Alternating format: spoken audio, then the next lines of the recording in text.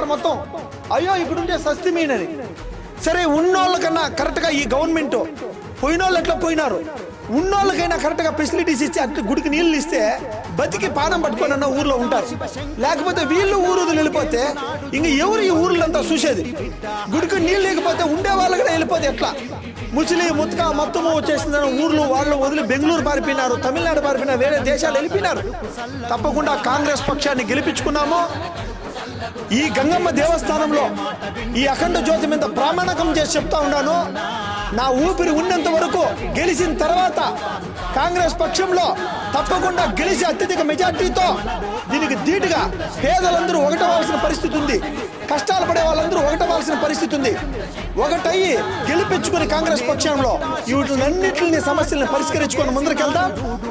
ఈ నల్లగొట్లపల్లి గ్రామం ఇంకా ఈ అఖండ జ్యోతి సాక్షిగా ప్రతి కష్టపడే వాళ్ళకి అందరికీ బాసలుగా ఉంటామని ప్రమాణకం చేస్తూ